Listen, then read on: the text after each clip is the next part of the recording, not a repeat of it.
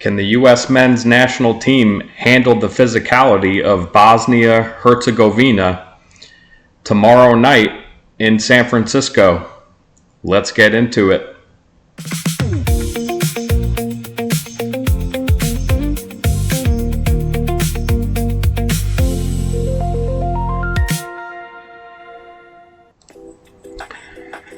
All right. So tomorrow night in San Francisco, 8 Eastern, the United States is going to have to prove that they can handle being a heavy favorite against a very physical team, a team that's pretty tall, poses a real danger from the dead ball, crosses, corners. So the stakes, right? This is about momentum and control. Not just advancing, but doing it in a way that continues to build belief and support and people getting excited about this team heading into the later rounds. It's going to be an incredible disappointment, flat out, if the United States loses this game. As I said, they are heavy favorites, so nobody will be impressed with what's happened so far if they're a one and done in the knockout rounds. So what do they need to do? For Bosnia, it's simple. Their identity: physical, direct, lethal from the dead ball. The narrative is simple for the U.S. It's imposing their will with the tempo that they like to play at. They've scored first in every game. They were, I believe, the 4th highest scoring team in group play. But if Bosnia drags it into a set piece war, the script could flip. And, to me, that's the headline here is let's talk about expected goals and shot quality, because both teams actually create chances at similar rates, but the profiles are extremely different. The U.S. builds through central combinations and progressive passes. Bosnia, it's danger spikes and on crosses and corners. But that means the U.S. will likely dominate possession and progressive carries, while Bosnia-Herzegovina will hunt high-value moments in the box with crosses, with corners, with any kind of dead ball play. So the U.S. favors, central penetration and late runs into the box. As I said, Bosnia is one of the tallest squads. They win more aerial duels. They generate more expected goals from headers and set plays. The U.S. concedes fewer high-quality set-piece chances when they're disciplined. So the key here is that the defense for the U.S. is good enough to stop Bosnia's dead ball attack. So now, what does the U.S. need to do? Right? They need to start fast, as they have been in every game so far. They benefit massively from scoring early, as we've seen, and they do a tremendous job of keeping up the pressure after that. So an early goal will force Bosnia-Herzegovina to open up and reduces the effectiveness of their low block. A midfield pairing that can shield the back four and recycle possession is essential. Look for the U.S. to overload the half spaces and create 2v1s between Bosnia's center backs and holding midfielders. They have to figure out a way to neutralize this aerial threat, that Bosnia presents. They have to assign a primary aerial marker, for the big target man and the secondary runner to mop up all the second balls. Corner should be defended with aggression, clear first and then reset. The wings need to be used with purpose in this game. So crosses into the box, obviously Bosnia's bread and butter. The U.S. should attack wide but avoid aimless lofts. Instead, they need to use lower crosses and cutbacks to exploit the space between fullback and center back. So what could we expect from this lineup? I think the U.S. starts with a 4-2-3-1, which for those of you who are still learning the game, that's 4 defensemen, 2 defensive midfielders, 3 offensive midfielders, and a striker. Expect number 10, Pulisic, to be fulcrum, someone who could turn possession into vertical passes. Up front, pace and movement will be prioritized. For Bosnia, expect a compact back line, 2 physical midfielders, and a veteran striker who lives in the box. So, with all that being said, we've got some quotes, one particularly from Pochettino, which I found to be really good. And he is relatively new, as I said when we were previewing the World Cup. And so far, he's been really impressive. He's hit on a lot of the things that you'd like to see. He said a lot of the things that you like to hear. And in a recent quote, he said, and I quote, "Making history is winning the World Cup, not winning 3 games." So that is a reminder that this team has much higher expectations than where they've gotten so far, and they have been relatively impressive. I know that people were disappointed with the game against Turkey, but you do have to realize that was the B team. Pulisic still kind of dealing with injury.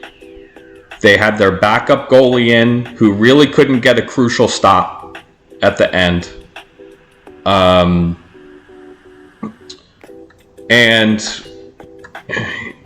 For me, these are the scenarios that could possibly play out and what to look for. So the first scenario, the one that's probably most likely and the one that we're all looking for, is we score early. The United States scores early. That'll force Bosnia to sit deeper. And then from there, you could just expect the U.S. to bring on a creative sub to break their lines and a fresh winger to stretch their defense.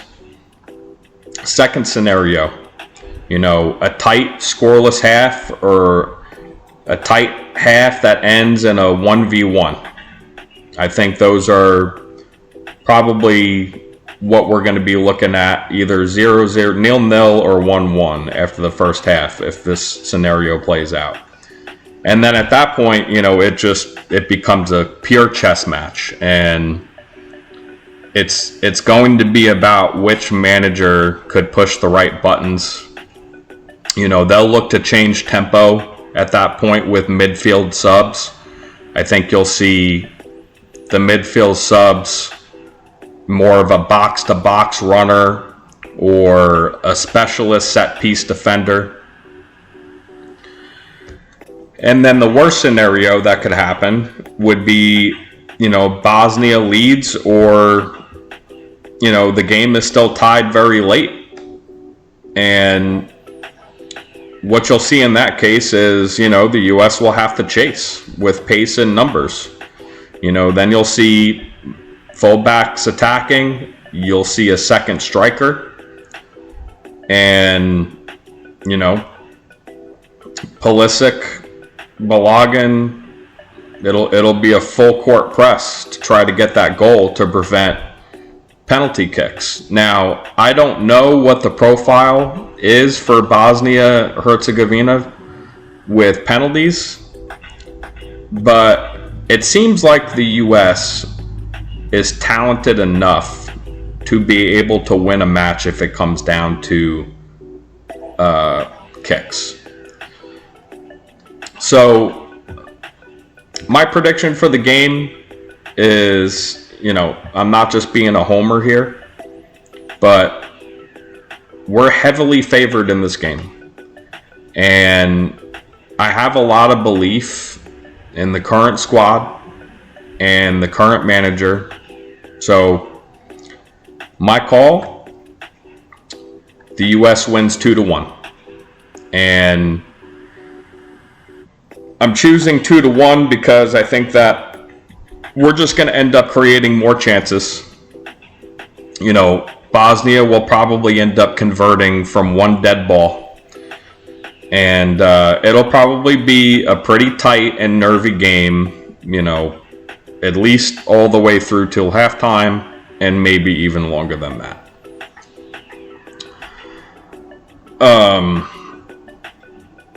With that being said, I hope everybody enjoys. I'm going to be enjoying this World Cup. Has been a lot of fun. I did watch France today, and Mbappe was like France as a unit was just playing with their food today against Sweden. I mean, Sweden just had absolutely no chance to win this game.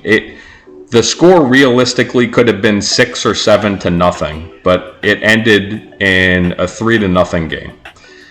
Mbappe is second all-time in World Cup goals now to Messi, and has the most goals in the knockout rounds in World Cup history, which is incredible. He's still a relatively young player compared to Messi. So you have France, who just looks like an absolute wagon. And then you had Germany, who was upset and is now going home. So you feel like, man, at some point, the U.S. they have to get past who's in front of them, right? You have to beat Bosnia. You can't be worried about anything else right now. But for the fans of this U.S. team who expect this to be a victory, and nobody can blame you for expecting that, eventually you just feel like you're going to have to go through France to win this thing. And man, that is... Let's put it this way. If it came to that, and the United States ended up beating France in some way, shape, or form, we're talking like 1980s U.S. men's hockey team kind of stuff here. I mean, they're just so much better in every way than we are. I mean, I'm not afraid to say that. They are. They're probably better than 99% of the competition. Maybe Argentina and England can beat them. Maybe. I don't know. They just look like a complete wagon, man. So they're a team that I'm definitely keeping my eye on going forward. And like I said, today was a total train wreck. I mean, Sweden did not look like a pushover in previous games that they played, and they just couldn't do anything. The game was, and it was a miracle that it was 0-0 through like 40 minutes of the first half. And you're just thinking to yourself, there's just no way Sweden is going to win. I mean, France had all the possession. They were putting on all the pressure. They were simply missing shots. And while Sweden's goalkeeper was good, it was target practice. I mean, he never stood a chance. They never stood a chance. And you kind of feel bad. I mean, because you know, you kind of saw at the end they pretty much gave up with 20 minutes left to go in regulation. They were spent emotionally, and man, France, if that's what they're going to do to teams in the knockout rounds, look out, man. But that's it for this episode. We'll get back and start doing some more NBA offseason. A lot has gone down. I want to dedicate a whole episode to that and get into some hockey offseason stuff as well. With that being said, give me a shout out and email me. We also have a website out, 4leaguereport.com. Give us a visit. Thank you for tuning in, guys, and I will see you again soon. Peace.